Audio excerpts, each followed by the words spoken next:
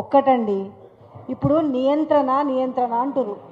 అసలు ఆ నియంత్రణ అనేది ఎవరికి ఉంటుంది? నిజంగానే నేను ఒక్క మాటలో చెప్తా, ఆయన ఉద్దేశంలో మెయిన్ స్ట్రీమ్కి ఉంటుంది.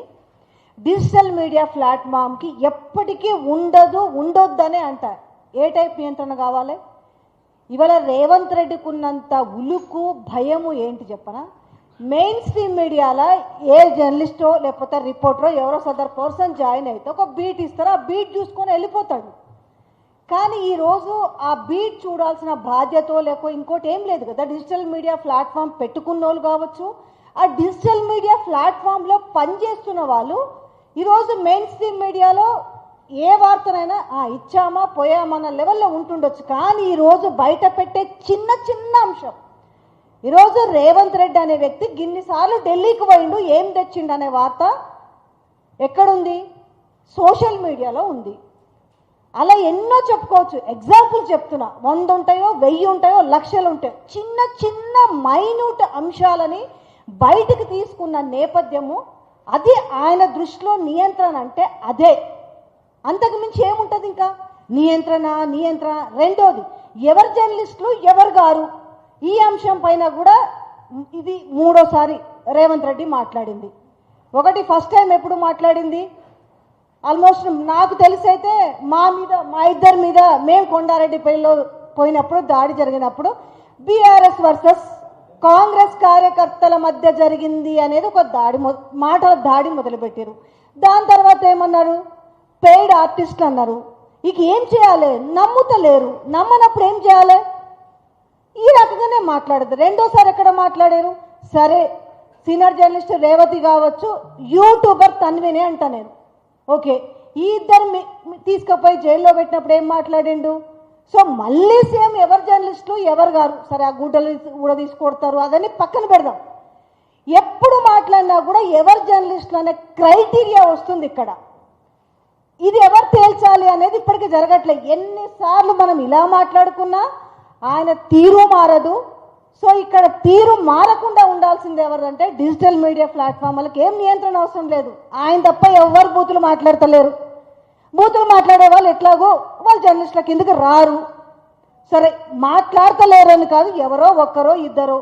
సో కాబట్టి దీనికి నియంత్రణ ఏముంది? ఇంకా నియంత్రణ ఇవాళ సమస్యని బయటికి తీస్తున్న నేపథ్యంలో మారుమూలలో ఎక్కడెక్కడి నుంచో అసలు ఆ సమస్యలు ఇంత దూరం వచ్చి ఈరోజు ప్రభుత్వాన్ని వణికిస్తున్న నేపథ్యం ఉందంటే ఎవరు ఏ రకంగా వెళ్ళి తెస్తున్నారు అనేది కూడా ఆయనకు ఎక్స్పెక్ట్ చేయని పరిణామం.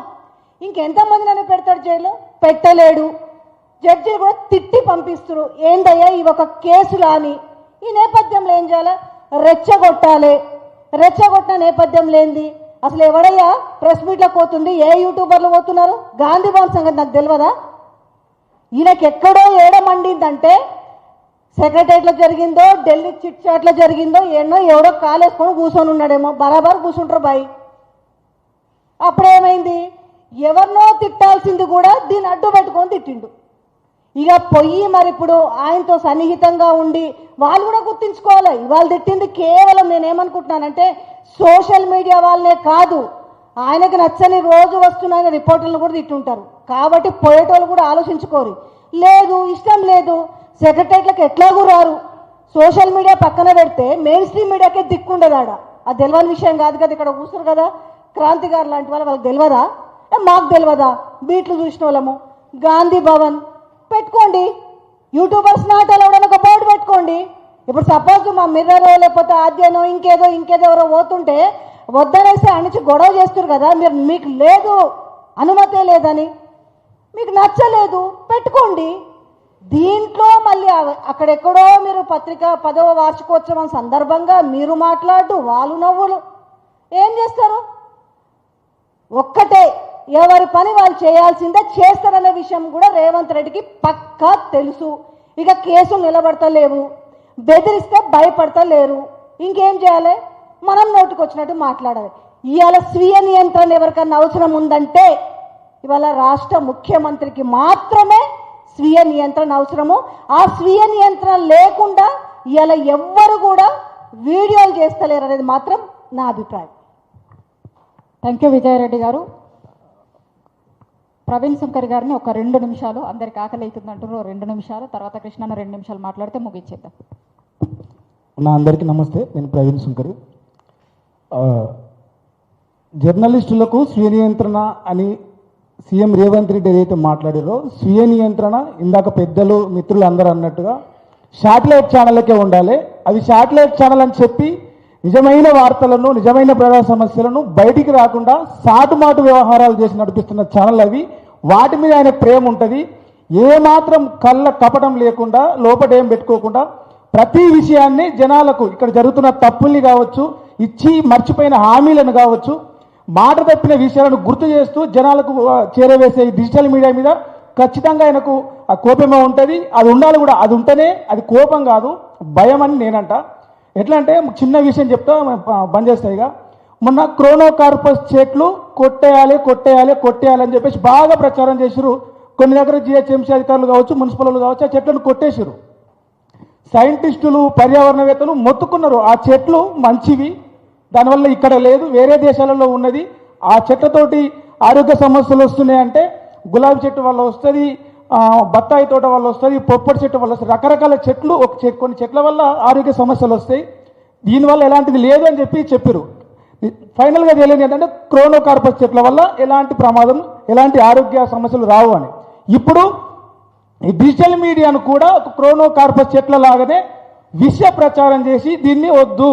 ఎందుకంటే జనాలకు చాలా రీచ్గా ఉంది. ఎవరు జర్నలిస్టులు అంటే 10,000 జోబులో ఉండి 10,000 పెట్టుకొని మొబైల్ షాప్లో ఫోన్ కొనుక్కున్న ప్రతి ఒక్కరు జర్నలిస్టే అయ్యాలి రేపట్లో. ఈయన స్వీయ నియంత్రణ ఇది చెప్తున్నారు జర్నలిస్టులకు. కానీ ఈ ఇంటర్నెట్, ఈ స్మార్ట్ ఫోన్ వచ్చింది కాబట్టి ఈ నిజాలను ప్రచారం చేయడం ఆపడం తరం కావట్లేదు. ఇక్కడ గాంధీ భవన్లో ఒక చిన్న ఏదన్నా పొరపాటు జరిగినా, ఏఐసిసి మీటింగ్లో ఏమన్నా జరిగినా, అక్కడ సెక్రటేరియట్లో ఏమన్నా జరిగినా, సీఎం రేవంత్ రెడ్డి మీటింగ్లో, మంత్రుల మీటింగ్లలో ఏమన్నా చిన్న ఇది జరిగినా వెంటనే ఫోన్లో వీడియో తీస్తున్నారు, వాట్సాప్లో ఇస్తున్నారు. ఇదంతా జనాలలోకి వెళ్ళిపోతుంది. అరే గిట్లనా, గింత అవలపనలు ఉన్నాయని చెప్పి జనాలు మాట్లాడుకుంటారు. నిజాలు వాళ్ళకి వెళ్ళిపోతున్నాయి కాబట్టి దీన్ని కంట్రోల్ చేయాలని. కంట్రోల్ చేయాల్సింది ఇది కాదు. అందరు చెప్పినట్టుగా శాటిలైట్ పేర్లతో నడుస్తున్న పెద్ద పెద్ద ఛానల్ ఏవైతే ఉన్నాయో సాటు మాటుగా మూటలు తీసుకొని మాటలు మార్చి కథనాలు రాసే శాటిలైట్ ఛానల్ అని ఈ పెద్ద ఛానళ్ళ పేరుతో ఎవరైతే అనుకూలంగా వివరించే మీడియా ఛానల్ ఉన్నాయో వాటిని కంట్రోల్ చేయాలి. ఆ కంట్రోల్ అంతా కూడా ప్రజలకు అందుబాటులో ఉండేలాగా ఆ వార్తలను ప్రసారం చేస్తే బాగుంటుంది. ఈ డిజిటల్ మీడియా మీద, సోషల్ మీడియా జర్నలిస్టుల మీద ఇదేదైతే ఇదంతా ప్రచారం జరుగుతుందో అది భయపడి మాత్రమే. ఎందుకంటే రేపటి నాడు మీడియా మొత్తం, రేడియో పోయింది, పేపర్ పోయింది, టీవీ కూడా ఆల్మోస్ట్ అయిపోయింది. ఇప్పుడు సోషల్ మీడియా, మొబైల్ మీడియా నడుస్తుంది కాబట్టి ఇది ప్రతి ఒక్కరి చేతిలో మీడియా అందుబాటులో ఉంది. దీన్ని కంట్రోల్ చేసి దీన్ని ఒక చెడ్డది, ఇది మంచిది కాదు అని ప్రచారం చేద్దామని చేసేది అంతా కూడా ఇది కుట్ర అండ్ పిరికి పంద చర్య అని నేను అంటాను. థ్యాంక్ యూ అవకాశం ఇచ్చినందుకు. థ్యాంక్ యూ ప్రవీణ్ గారు. నెక్స్ట్ మేకల కృష్ణ గారిని ఒక 2 నిమిషాలు. ఏది జర్నలిజం, ఏది జర్నలిస్టులు అనే అంశం మీద ఈరోజు ఆద్య టీవీ ఆధ్వర్యంలో ఏర్పాటు చేసిన రౌండ్ టేబుల్ సమావేశానికి హాజరైనటువంటి TUWJ general secretary Madhuri Sagar garu, అలాగే సీనియర్ జర్నలిస్టు ఆందోళన్ మాజీ ఎమ్మెల్యే క్రాంతి గారు, ఆద్య టీవీ సరిత గారికి, మిగతా ఇక్కడ ఉన్నటువంటి సీనియర్ జర్నలిస్టులు మిత్రులందరూ కూడా, ఇవాళ డిజిటల్ మీడియా మీద ముఖ్యమంత్రి రేవంత్ రెడ్డి చేసినటువంటి వ్యాఖ్యల్ని టీజేఎఫ్ తీవ్రంగా ఖండిస్తోంది. వాటిని వెంటనే ఉపసంహరించుకొని వెనక్కి తీసుకొని జర్నలిస్టులందరికీ కూడా బేషరతుగా క్షమాపణ చెప్పాలని చెప్పి టీజేఎఫ్ డిమాండ్ చేస్తూ ఉంది. ఇవాళ మెయిన్ స్ట్రీమ్ శాటిలైట్ ఛానల్స్తో పాటు, పత్రికలతో పాటు డిజిటల్ ఛానల్ కూడా ఇవాళ సమాజంలో చాలా బాధ్యతాయుతంగా ప్రజల సమస్యల్ని బయటికి తీసుకొస్తున్నటువంటి సందర్భాన్ని చూస్తున్నాం. మరి ఇటువంటి సమయంలో మరి ముఖ్యమంత్రి రేవంత్ రెడ్డి ఇవాళ ఏదైతే డిజిటల్ మీడియా గురించి మాట్లాడుతున్నారో, గతంలో ఆయన ప్రతిపక్షంలో ఉన్నప్పుడు మరి ఈ డిజిటల్ మీడియాను పెంచి పోషించిన వ్యక్తి తన అధికారంలోకి రావడానికి ఆయన డిజిటల్ మీడియాను ఉపయోగించుకొని ముఖ్యమంత్రి అయినటువంటి పరిస్థితిని మనం చూసాం. మరి అదే మీడియాను ఇవాళ హేళనగా, చులకనగా మాట్లాడుతున్నటువంటి పరిస్థితిని చూస్తున్నాం. ఇవాళ చాలామంది మిత్రులు స్వీయ నియంత్రణ ఏ పత్రికల మీద, మెయిన్ స్ట్రీమ్ పత్రికలు కావచ్చు, డిజిటల్ మీడియా కావచ్చు, దేని మీద నియంత్రించేటువంటి అధికారం ఆయనకు లేదు. ఫోర్త్ ఎస్టేట్గా మరి మీడియాకు సర్వహక్కులు ఉన్నాయి, స్వేచ్ఛ ఉంది. రాజ్యాంగం కల్పించినటువంటి స్వేచ్ఛ పరిధిలోనే ఇవాళ మీడియా పనిచేస్తూ ఉంది. సో తన పరిధిని ఇవాళ మరి 2 ఏళ్ళు ముఖ్యమంత్రి అయిన తర్వాత 2 ఏళ్ళు అధికారంలోకి వచ్చిన తర్వాత మరి ఇవాళ జర్నలిస్టులను పట్టించుకున్నటువంటి పరిస్థితిలో లేనటువంటి విషయం మనం అందరం గమనించాలి. ఇందాక మారుతి సాగర్ గారు మాట్లాడుతూ కనీసం అక్రిడేషన్ కార్డ్స్ను కూడా మార్చలేనటువంటి దుస్థితిలో ఈ ప్రభుత్వం ఉంది. అట్లాగే జర్నలిస్టుల సంక్షేమం గురించి ఆ ఊసే ఎత్తడం లేదు. 2 ఏళ్ళు గడిచిపోయింది. అలా ఇళ్ల స్థలాలు అన్నారు, అదిగో ఇదిగో అన్నాడు, అది కూడా పక్కన పడిపోయింది. కాబట్టి ఎక్కడ కూడా తను ఇచ్చినటువంటి హామీలు అమలు చేయలేనటువంటి ఫ్రస్ట్రేషన్లో ఉండి ముఖ్యమంత్రి గారు ఈ మాట మాట్లాడి ఉంటారని మేము భావిస్తున్నాం. ఏది ఏమైనా ఆయన మరి డిజిటల్ మీడియా మీద, ముఖ్యంగా మీడియా మిత్రుల మీద ఇటువంటి వ్యాఖ్యలు చేయడం దురదృష్టకరం. వెంటనే ఉపసంహరించుకోవాలి. ముఖ్యంగా ఇవాళ డిజిటల్ మీడియాలో ఉన్న వాళ్ళు ఎవరో కాదు, ఇందాక మిత్రులు చెప్తున్నట్టు చాలామంది మెయిన్ స్ట్రీమ్లో పనిచేసినటువంటి మిత్రులు ఇవాళ బయటకు వచ్చి వాళ్ళు ఈ డిజిటల్ ఛానల్స్ పెట్టుకోవడం జరిగింది. ఇవాళ ఇక్కడే కాదు, దేశవ్యాప్తంగా కూడా అనేక మంది మరి మెయిన్ స్ట్రీమ్లో పనిచేసినటువంటి వాళ్ళు సొంతంగా ఇవాళ డిజిటల్ మీడియా పెట్టుకొని నడుపుతున్నటువంటి పరిస్థితి మనం చూస్తున్నాం.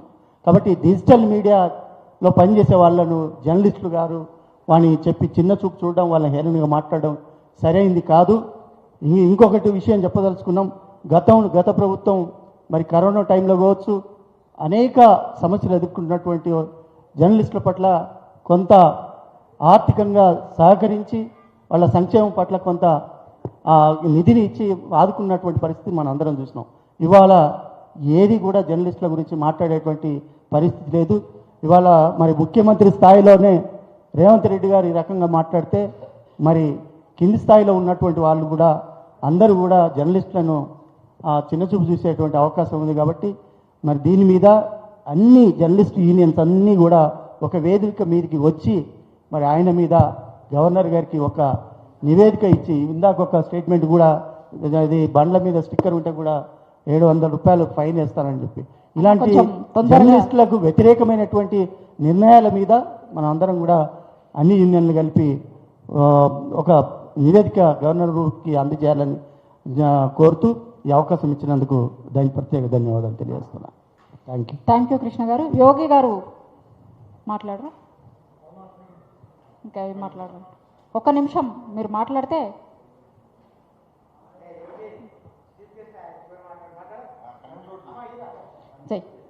అది తర్వాత పండరి గౌడ్తో కంక్లూడ్ చేద్దాం. 2 నిమిషాలు.